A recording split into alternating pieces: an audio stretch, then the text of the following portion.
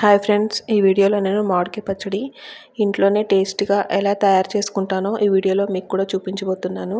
ఇక్కడ మిక్సీ జార్లో వెల్లిపాయ రెబ్బల్ని, జీలకర్ర, అలానే కల్లుప్పు ఈ మూడుని కూడా నేను మిక్సీ పట్టేసుకుంటున్నాను. ఇక్కడ నేను ఒక మామిడికాయని తీసుకొని మొత్తం ముక్కలు చేసి పక్కన పెట్టేసుకున్నాను. పౌడర్ పట్టేసుకున్న జీలకర్ర, ఎల్లిపాయ వాటిలలో కారం పొడి ఒక స్పూన్ వేసుకొని మామిడికాయ ముక్కల్ని మొత్తం మిక్సీ పట్టేసుకుంటున్నాను. మొత్తం మెత్తగా చేయకుండా కొంచెం కచ్చపచ్చగా నోటికి తగిలేలాగా మిక్సీ పట్టుకోండి. ఇక్కడ స్టవ్ మీద ఒక బౌల్ పెట్టుకున్నాను చిన్నగా తాలింపు వేసుకోవడానికి. జీలకర్ర, ఆవాలు, అలానే 2 ఎండుమిరపకాయలని తుంచి వేసుకోండి. చిటికెడంత ఇంగువ, కొద్దిగా పసుపు, ఇవన్నీ కొద్దిగా వేగిన తర్వాత ఇంతకుముందు మిక్సీ చేసి పట్టుకున్న మామిడికాయ చట్నీని కూడా ఇందులోనే కలిపేసుకోండి. కొత్తిమీరని కూడా యాడ్ చేసేసుకున్నాను నేను ఇక్కడే.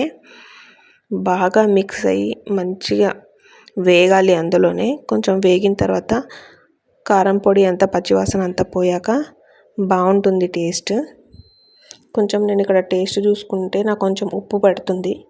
కొంచెం వేగిన తర్వాత స్టవ్ బంద్ చేసుకోండి. అంతేనండి, ఈజీగా అయిపోతుంది, చాలా టేస్టీగా ఉంటుంది. ఇంట్లో ఒక మామిడికాయ ఉంది అంటే ఇలా మనకు అనిపిస్తే టేస్టీగా చేసుకొని కడుపు నిండా తినొచ్చు. మీకు ఈ వీడియోలో టేస్టీ అండ్ ఈజీ మామిడికాయ పచ్చడి నచ్చినట్లయితే మీ ఫ్రెండ్స్ అండ్ ఫ్యామిలీకి షేర్ చేయండి. అలాగే లైక్ చేయండి, సబ్స్క్రైబ్ చేసుకోండి.